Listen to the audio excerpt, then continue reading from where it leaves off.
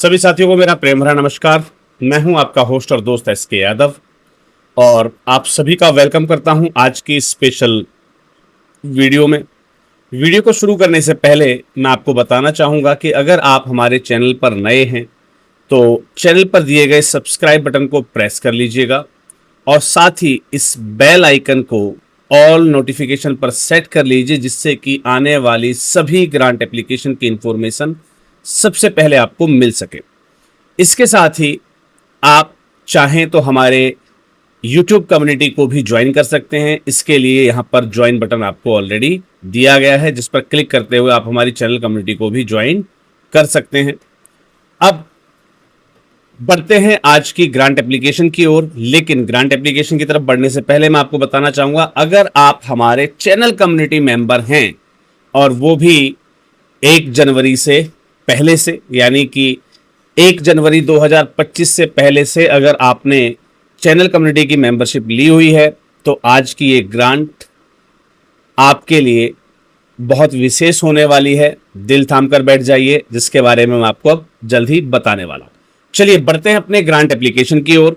आज हम बात करने वाले हैं इंद्रप्रस्थ गैस लिमिटेड से मिलने वाली ग्रांट के बारे में।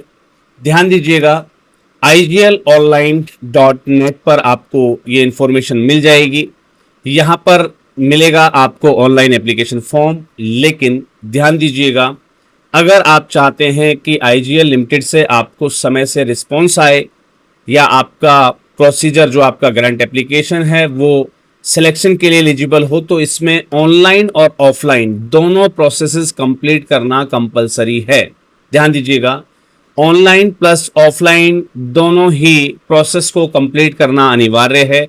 इसके बिना IGL आपकी एप्लीकेशन को जो है रिजेक्ट कर देगा। तो मेरा आपसे अनुरोध है, लास्ट तक मेरे साथ वीडियो में बने रहिए। मैं आपको बताऊंगा कि कैसे इस एप्लीकेशन को आपको ऑनलाइन भी सबमिट करना है और उसके बाद ऑफलाइन कैसे और कहां सबमिट करना है, उसके बारे में हम यहाँ पर बात करने वाले। चलिए बात करते हैं एप्लीकेशन फॉर्म ऑनलाइन की। तो ऑनलाइन के अंदर आपको यहाँ पर अपना सिग्नेचर अपलोड करना है, ऑथराइज सिग्नेचरी का, और यहाँ पर जो आपकी सील है, यानी कि आपके एनजीओ की जो सील है, आपका जो मोहर है उसी ऑथराइज सिग्नेचरी की, वो आपको यहाँ पर अपलोड कर देनी है। तो काफ़ी सारे साथियों का सवाल आता है कि सर यहाँ पर किसका सील और किसकी साइन हम अटैच करें। तो कोशिश कीजिएगा कि आपका जो सचिव होता है ना संस्था के अंदर, चाहे वो ट्रस्ट हो, सोसाइटी हो, सेक्शन 8 भी हो, इवन देन सचिव का पद सब में जारी किया जाता है, तो सचिव के माध्यम से ये ग्रांट आप अप्लाई करवाइएगा।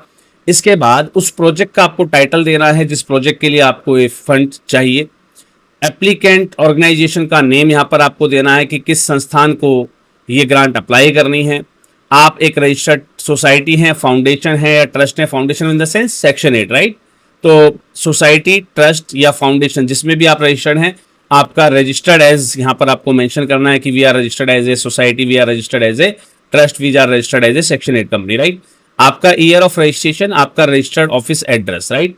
उसके बाद आपको देना है आपका correspondence address in the sense कि जिस पते पर आप कम्युनिकेशन चाहते हैं, राइट। कई बार होता है हमारा रजिस्टर्ड ऑफिस अलग होता है लेकिन हमारा जो हेड ऑफिस है वो अलग होता है, तो उस केस में आपको यहाँ पर कॉरेस्पॉन्डेंस एड्रेस को फिल करना है। और अगर आपका रजिस्टर्ड ऑफिस एड्रेस और कॉरेस्पॉन्डेंस एड्रेस सेम है तो आप इसको यहाँ पर मेंशन करेंगे same as registered office address, right. तो इससे आपकी जो प्रभाविकता है वो बढ़ती है, राइट। फोन नंबर यहाँ पर आपको मेंशन कर देना है, ईमेल आईडी आपको मेंशन कर देनी है, आपकी वेबसाइट है तो वेबसाइट की डिटेल भी आप यहाँ पर जो है मेंशन करेंगे, राइट। उसके बाद जो एप्लीकेंट ऑर्गेनाइजेशन यानी कि जो आपकी संस्था है उसका पैन नंबर यहाँ पर आपको फिल करना है, राइट। यहाँ पर आपको क्या फिल करना है, आपका पैन नंबर। अब आगे बढ़ते हैं, डिटेल्स ऑफ ऑथराइज सिग्नेचरी। आपकी जो ऑथराइज सिग्नेचरी हैं उनका नाम, डेजिग्नेशन, उनका पैन नंबर, उनका आधार नंबर, उनका कोई भी आईडी प्रूफ लाइक आधार, पासपोर्ट या ड्राइविंग लाइसेंस जो भी है उसकी डिटेल यहाँ पर आपको फिल करनी है। अब आप कहेंगे सर यहाँ पर हम कैसे उसको अपलोड करें, तो अपलोड का सेक्शन भले ही आपको नीचे मिल जाएगा लेकिन यहाँ पर आपको नंबर जरूर मेंशन करना पड़ेगा, राइट।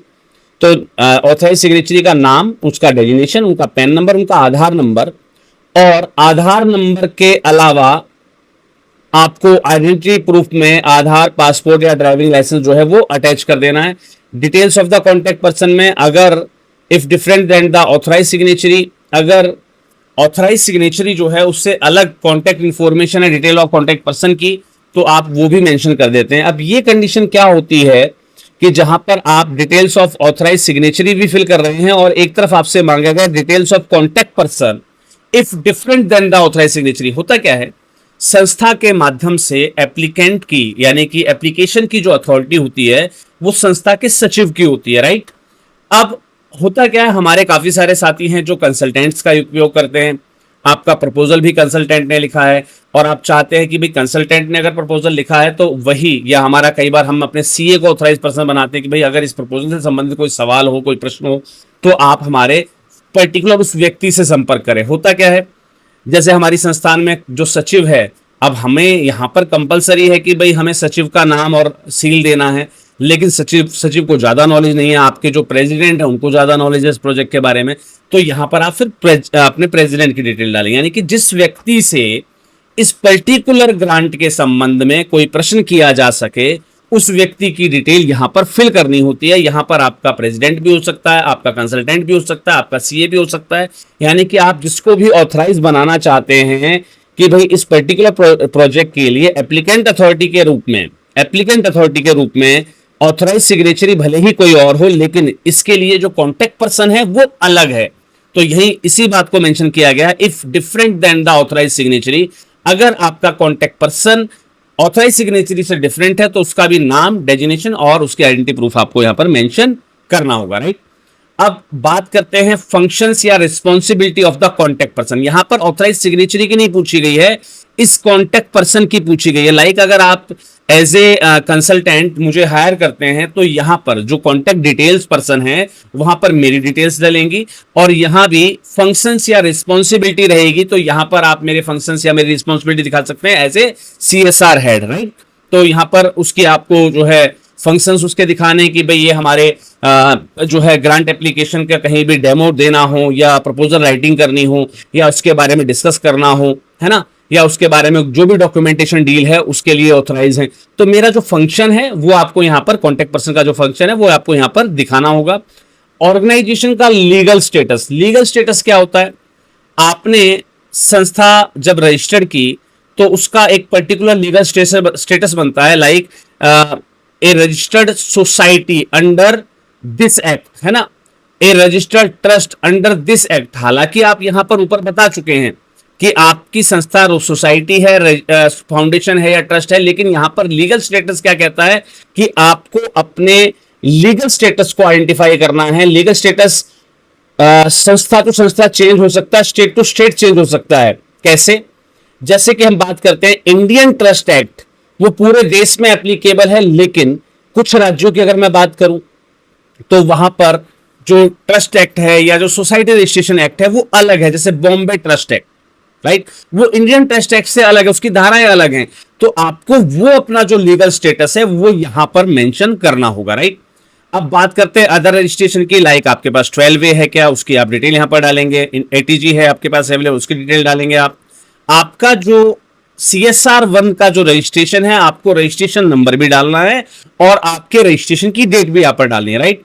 अब आपको यहां पर मेंशन करनी है आपकी प्रोजेक्ट लोकेशन, यानी कि आप किस प्रोजेक्ट मतलब उस प्रोजेक्ट के लिए कौन सी लोकेशन आपने ऑप्ट किया। तो जो आपकी प्रोजेक्ट लोकेशन है जहां पर आप ये प्रोजेक्ट करने वाले हैं वो आपको यहां पर डालनी है। ध्यान रखिएगा यहां पर प्रोजेक्ट लोकेशन डालते समय ऐसी गलती नहीं करनी है। आपने मान लीजिए 2-3 कस्बों के या गांव में आप कोई प्रोजेक्ट करें तो सिर्फ गांव का नाम लिख के आपने छोड़ दिया, या फिर आप किसी जिले में काम करें तो सिर्फ जिले का नाम रख के छोड़ दिया।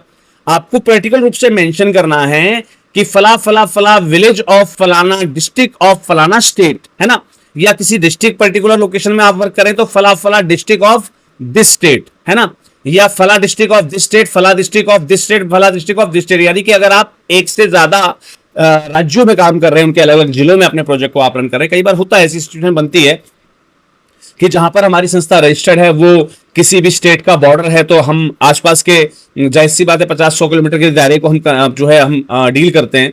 तो ऐसे में मेरा एक जो दायरा है वो लग रहा है मेरा हरियाणा में और दूसरा दायरा लग रहा है दिल्ली में, क्योंकि मैं भादुगढ़ में बैठा हुआ हूँ, राइट। तो भादुगढ़ में क्या है, ये जो मैं भादुगढ़ में बैठा हूँ ये है मेरा हरियाणा, राइट, लेकिन यही मैं 3 किलोमीटर के दायरे में अगर घूमूं तो दिल्ली भी लग जाता है। तो ऐसे में आपको अपने पर्टिकुलर जो भी जगह है उनको अपने राज्यों के साथ यहाँ पर दर्शाना है। ये कुछ विशेष चीजें होती हैं जो ग्रांट एप्लीकेशन की जो है कंफर्मेशन में आपके बहुत काम आती है। इससे हमारी प्रोबेबिलिटी बढ़ती है, राइट। आपको टारगेट ग्रुप बताना है कि किस टारगेट ग्रुप के लिए आप ये ग्रांट अप्लाई कर रहे हैं, प्रोजेक्ट की ड्यूरेशन क्या रहेगी, प्रोजेक्ट का बजट क्या रहेगा, सीएसआर फंडिंग की रिक्वेस्ट कितनी की है। देखिए, प्रोजेक्ट बजट और सीएसआर फंडिंग रिक्वेस्ट दोनों में अंतर होता है। क्या अंतर होता है? आपने टारगेट ग्रुप बता दिया, आपने प्रोजेक्ट का ड्यूरेशन बता दिया, भाई मेरा प्रोजेक्ट 6 महीने का है, 1 साल का है, 8 महीने का है, 12 महीने का है ना। उसके बाद प्रोजेक्ट का बजट है मान लीजिए 10 लाख, और उसमें से मेरा खुद का कंट्रीब्यूशन 1 लाख रुपए और 1-1.5 लाख रुपए मैं पब्लिक फंड से जमा कर लूंगा। तो मेरा 1 लाख जो खुद का कंट्रीब्यूशन है और 1-1.5 लाख जो मैं पब्लिक फंड से जमा करूंगा इस पर्टिकुलर प्रोजेक्ट के लिए, राइट। तो कुल मिलाकर 2.5 लाख कम हो गया। मेरे सीएसआर फंडिंग रिक्वेस्ट क्या आई? 7.5 लाख रुपए। तो प्रोजेक्ट बजट और सीएसआर फंडिंग रिक्वेस्ट के अंतर को समझ लीजिए, और ये बहुत ज्यादा जरूरी हो जाता है अगर आप चाहते हैं कि आपके प्रोजेक्ट के अंदर जो है सस्टेनेबिलिटी आए, उसके लिए भी। और साथ ही साथ सबसे बड़ी चीज कि भाई हमारा प्रोजेक्ट जो है किसी भी महीने में जो है पास हो सके, उसके लिए सेल्फ कंट्रीब्यूशन या अदर सोर्स ऑफ फंडिंग्स या कितना बजट आप अदर सोर्सेज से आप ले रहे हैं, उसके बाद हमसे क्या रिक्वेस्ट कर रहे हैं, ये चीजों को आपके बजट के अंदर स्थान देना स्टार्ट कर दीजिए अगर आपको प्रोजेक्ट चाहिए कि हाँ जी प्रोजेक्ट हमें ज्यादा से ज्यादा मिलना शुरू हो जाए, राइट। तो ये बहुत जरूरी हो जाता है। कोई अदर इंफॉर्मेशन आप शेयर करना चाहते हो, लाइक आपकी कोई रिसर्च स्टडी है या कुछ और है, तो यहां पर आप जो है मेंशन कर सकते हो, और उससे रिलेवेंट अगर आपका कोई डॉक्यूमेंटेशन, आपकी कोई रिसर्च स्टडी का डॉक्यूमेंटेशन है, तो आप यहां पर उसको अपडेट कर सकते हैं। अब बात करते हैं यहां पर अदर इंफॉर्मेशन की। प्रोजेक्ट की अदर इंफॉर्मेशन में आपको प्रोजेक्ट का ज्योग्राफिकल एरिया जो है देना होता है, जिसे हम कहते हैं प्रोजेक्ट जस्टिफिकेशन जो है ना। तो आपने वही एरिया क्यों चुना, उसका एक रीजन देना होता है आपको डिटेल बेनिफिशियरी की जो है टारगेट बेनिफिशियरी की डिटेल्स देनी होती है, लाइक नंबर ऑफ बेनिफिशियरीज क्या रहेंगे लगभग एस्टिमेटेड, है ना। एस्टिमेटेड नंबर ऑफ बेनिफिशियरीज का क्या बैकग्राउंड है, ये सब चीजें आपको यहाँ पर मेंशन करनी है। इसके अलावा आपको मेंशन करनी है डिटेल प्रोजेक्ट एग्जीक्यूशन मेथोलॉजी। आपकी प्रोजेक्ट की मेथोलॉजी क्या रहेगी, उसके साथ उसके माइलस्टोन्स क्या रहेंगे। मान लीजिए आप किसी पर्टिकुलर प्रोजेक्ट के अंदर कोई आपको स्टाफ की रिक्वायरमेंट, तो कब तक आप स्टाफ भर्ती करेंगे, कब तक आप उसकी ट्रेनिंग करेंगे, कब तक आप फील्ड विजिट करेंगे, कब तक आप बेनिफिशियरीज तक सेक्शन लेना स्टार्ट करेंगे, कब तक बेनिफिशियरीज का आप डाटा कलेक्ट करेंगे। ये सारी चीजें आपको यहाँ पर मेंशन करनी होती हैं। अब आपको देना है एस्टिमेशन ऑफ प्रोजेक्ट कॉस्ट। आपका जो पर्टिकुलर प्रोजेक्ट है इसके लिए एस्टिमेशन देना होता है आपको, लाइक यहाँ पर फाइनेंशियल ईयर 2024 और 25 है, इसको आप करेंगे क्या 0, राइट, क्योंकि अभी इन्होंने फॉर्म को अपने अपडेट नहीं किया। अब हम चल रहे हैं 25-26 में, तो इस साल के लिए आपका एस्टिमेशन क्या है इस प्रोजेक्ट के लिए, और 26-27 के लिए क्या रहेगा आपका एस्टिमेशन अगर हम इसको एक्सटेंड करते हैं, राइट। तो इस प्रकार से आपको फिर यहाँ पर दोनों की टोटल कॉस्टिंग आपको यहाँ पर डाल देनी है। CSR funding short from IGL, वही चीज है जो यहां पर ऊपर थी कि आपका प्रोजेक्ट का बजट क्या है और आप कितना ग्रांट आप चाह रहे हैं। तो यहां पर आपने इस साल कितना आप बजट में लगाएंगे उस प्रोजेक्ट के लिए, अगली साल कितना लगाएंगे, टोटल यहां पर आ जाएगा। लेकिन आपको आईजीएल से कितना चाहिए ये आपको यहां पर मेंशन करना होगा, राइट। चलिए जी, अब signed, stamped and verified copies of the following document should be uploaded in the form along with the application oblique proposal। अब ध्यान दीजिएगा, along with application या proposal के साथ आपको ये सभी जो कॉपीज हैं वो सील साइन की हुई वेरीफाइड कॉपीज लगानी है। क्या क्या? रजिस्ट्रेशन सर्टिफिकेट की कॉपी आपको सील साइन करनी है, सेल्फ वेरीफाई करनी है ना। आपके जो सर्टिफिकेट ऑफ रजिस्ट्रेशन, अब देखिएगा यहाँ पर रजिस्ट्रेशन सर्टिफिकेट और सर्टिफिकेट ऑफ रजिस्ट्रेशन दोनों ही चीजें मांगी हुई हैं। तो आप यहाँ पर क्या करेंगे, जैसे ट्रस्ट के अंदर होता है आपके पास जो है डीड्स वगैरह होती हैं ना, तो ट्रस्ट डीड या मेमोरेंडम आपको यहाँ अपलोड कर देना है। यहाँ पर भी आप सर्टिफिकेट अपलोड करेंगे, यहाँ पर भी आप सर्टिफिकेशन अपलोड करेंगे, राइट। यहाँ पर आप लिस्ट ऑफ बोर्ड मेंबर्स, उनकी क्वालिफिकेशन और उनके पैन नंबर के साथ एक लिस्ट बनानी है, सेल्फ सर्टिफाई करनी है और यहाँ पर अपडेट करनी है। डिटेल्स ऑफ बेनिफिशियरीज, बेनिफिशियरीज की डिटेल का आपको जो है अलग से एक परफॉर्मा बनाना है, ठीक है, भले ही वो एस्टिमेटेड हो, आपको यहाँ पर जो है वो अपडेट कर देना है। 3 साल की फाइनेंशियल ईयर की जो आपकी एनुअल रिपोर्ट है वो यहाँ पर आपको जो है सबमिट कर देनी है, राइट। एनुअल रिपोर्ट, ध्यान दीजिएगा क्या मांगा गया है, annual report, not the audit report. Audit report अलग चीज है। यहाँ पर मांगी गई है आपकी आईटीज यानी कि इनकम टैक्स की रिटर्न, आईटीआर फाइल्स 3 साल की, यहां है आपकी ऑडिट रिपोर्ट लास्ट 3 ईयर की। तो annual report is a compulsory part of grant application, इस बात को यहां सेट कर लीजिए। काफी संस्थाएं मुझे कांटेक्ट करती हैं, मैं पूछता हूं जी आप, वो कहते हैं सर हमें ग्रांट नहीं मिल पा रही है, क्या दिक्कत आ रही है। मैं कहा भाई अपना एक्टिविटी प्रोफाइल भेजो। सर एक्टिविटी प्रोफाइल या एनुअल प्रोफाइल तो हमने बनाया नहीं। भाई बिना एनुअल प्रोफाइल के कोई कुछ नहीं कर सकता। Annual profile is mandatory for the grant application also, right. चलिए जी, यहाँ पर आपको जो भी आपका टैक्स एग्जेम्पशन सर्टिफिकेशन है लाइक ATG है ना, वो यहाँ पर आपको जो है या 35AC यहाँ पर आपको जो है अपडेट कर देना है। रजिस्ट्रेशन सर्टिफिकेट 12 ATG यहाँ पर अपलोड कर देना है आपको। बैंक डिटेल्स, आपको बैंक डिटेल्स जो है including cancel cheque for that account है ना, तो कैसे करना है आपको, एक पेपर पर आपको अपनी बैंक डिटेल को प्रिंट कर लेना है कंप्लीट। उसके साथ ही आपको अपना जो कैंसिल चेक है वो लगा लेना, उसको स्कैन कर लेना, उसके बाद यहां पर अपलोड करना, राइट। ऐसे ही GST सर्टिफिकेट अगर आपके पास अवेलेबल है तो आप यहां पर लगा देंगे। अगर अवेलेबल नहीं है तो आपके पास वो क्यों अवेलेबल नहीं है, उसके लिए जो आपका CA होता है उससे आप एक जो है क्लैरिफिकेशन लिखवाकर यहां पर अपलोड करवाएंगे, राइट। अब आपको जितने भी पिछले 3 साल में आपने जो मेजर प्रोजेक्ट्स कंप्लीट किए हों उससे संबंधित जो डॉक्यूमेंटेशन है वो यहां पर आपको अपलोड कर देने हैं। Proposal should also carry brief description of the organisation, experience and source of funding. तो यहां पर आपको क्या अपलोड करना है, प्रपोजल, आपका ग्रांट प्रपोजल यहां अपलोड करना है। उसके अंदर ध्यान दीजिएगा, इसके अंदर ब्रीफ डिस्क्रिप्शन होना चाहिए ऑर्गेनाइजेशन का, experience and source of funding भी होना चाहिए, राइट। यहां पर अपलोड करना है आपको आपका proposal. Each page of proposal and annexure should be stamp and with the signature seal and counter signed by the authorised signature of the applicant. आपके प्रत्येक जो पेज हैं प्रपोजल के वो और उसके जो एनेक्चर्स हैं वो यहां पर आपको अपलोड कर देने हैं, right. Name of the person submitting, किसने सबमिट किया है उसका डेजिग्नेशन क्या है, ये आपको सबमिट कर देना है। और ध्यान दीजिएगा ये कैप्चा फिल करते हुए इसको आप सबमिट पर क्लिक कर देंगे। जब आप फिल कर रहे हो तो सेव एज ड्राफ्ट करते रहिएगा जिससे कि आपकी एप्लीकेशन मिस ना हो। अब बात करते हैं कि आपने ये जो फाइल है ये सबमिट कर दी, इसके साथ आपको विद इन 10 डेज आपको जो है मेल से भी एक डॉक्यूमेंटेशन, जो सभी कंप्लीट डॉक्यूमेंटेशन है वो मेल करने हैं। और हार्ड कॉपी भी जो है आपको जो है वो a hard copy should be submitted containing signature seal.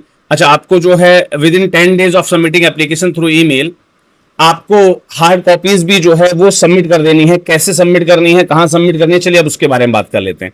यहां पर आपको दिया गया है मेल ID जहां पर आपको ये जो है डॉक्यूमेंटेशन मेल कर देने हैं। पहले आप ऑनलाइन सबमिट करेंगे फिर आप मेल भी करेंगे। अब बात करते हैं फिजिकल एप्लीकेशन की। फिजिकल एप्लीकेशन भी यहां पर आपको दिया गया है, दोनों जो लिंक है वो मैं आपको डिस्क्रिप्शन बॉक्स में जब आप मुझे कमेंट करेंगे तो आपको प्रोवाइड कर दिया जाएगा, राइट। या आप हमारे हेल्पलाइन नंबर 9991997003 पर भी आप हमें जो है मैसेज कर सकते हैं इसके लिंक्स के लिए। तो आपको यहाँ पर जो है ये परफॉर्मा दिया गया है, सबमिटेड बाय है ना, सबमिटेड टू है ना इंद्रप्रस्थ गैस लिमिटेड, ये एड्रेस है जहां पर आपको एक डॉक्यूमेंटेशन वाया पोस्ट भेजना है, राइट। तो यहाँ पर आपकी वही डिटेल्स जो आपने वहां भरी थी, प्रोजेक्ट टाइटल, साइट फॉर है ना, ये सारी डिटेल्स आपके प्रोजेक्ट की detail, applicant organisation, society, trust क्या है ना, रजिस्टर्ड ऑफिस एड्रेस क्या है, ईयर ऑफ रजिस्ट्रेशन क्या है, कॉरेस्पॉन्डेंस क्या है, जो आपने ऑनलाइन एप्लीकेशन फिल की थी सेम यहाँ पर जो है वही जानकारी आपको फिजिकली रूप से भी फिट करनी है। इसके साथ वेरीफाइड कॉपीज जो है वो आपको साथ में सबमिट करनी है। ये सारे डॉक्यूमेंटेशन आपको साथ में लगाने हैं, राइट। और यहाँ पर जो है this is to certified that the information are true and correct. यहाँ पर जो भी डॉक्यूमेंटेशन इसको आप चेक करते जाइएगा, राइट। यहाँ पर चेक कर दीजिएगा कि भाई जो है आपने अटैच कर रखा है, अटैच लिख सकते हैं आप। यहाँ पर सील साइन कर देना है, कंप्लीट एड्रेस डाल देना है, राइट। और यहाँ पर विद इन 10 डेज आपको जैसा बताया गया है कि वैसे 10 डेज के अंदर अंदर आपको इसको जो है फाइनली सबमिट कर देना, राइट। तो ऑनलाइन एप्लीकेशन सबमिट करने के 10 दिन के अंदर अंदर इसकी ऑफलाइन एप्लीकेशन वाया मेल भी, राइट, यानी कि ऑनलाइन तो सबमिट कर दिया, मेल भी भेजना आपको, ये सभी डॉक्यूमेंटेशन लगाकर इस फॉर्म के साथ सील साइन करके, और इसको डाक से भी निकलवा दीजिएगा, राइट। तो विद इन 10 डेज ये प्रोसेस कंप्लीट करना आपका कंपलसरी हो जाता है। तो चलिए मिलते हैं अगले किसी और वीडियो में नई किसी ग्रांट एप्लीकेशन के साथ। और ध्यान दीजिएगा इसके अलावा भी बहुत सारी ग्रांट्स जो है लगातार अपडेट होती जा रही हैं। इसके लिए आप हमारे चैनल कम्युनिटी को ज्वाइन कर लीजिएगा, जिससे आप उन सभी ग्रांट एप्लीकेशन की अर्ली एक्सेस ले सके। तो चलिए, मैं बात कर रहा था अपने चैनल कम्युनिटी मेंबर्स के बारे में। जिन चैनल कम्युनिटी मेंबर्स ने हमें इस वर्ष 2025 यानी कि शुरुआत से ही 1 जनवरी 2025 से हमें चैनल कम्युनिटी मेंबर के रूप में ज्वाइन किया हुआ है, उनके लिए ये जो ऑनलाइन एप्लीकेशन है वो हमारी तरफ से कंप्लीट कर दी जाएगी। प्रपोजल आपको देना होगा, राइट? तो प्रपोजल आप देंगे या फिर आप कंसेशनल रेट पर भी हमसे प्रपोजल कंप्लीट करवा सकते हैं। तो जुड़े रहिए इसी प्रकार हमारे चैनल से। मिलते हैं अगले किसी और वीडियो में नई किसी जानकारी के साथ। तब तक के लिए सभी को जय हिंद, जय भारत, धन्यवाद।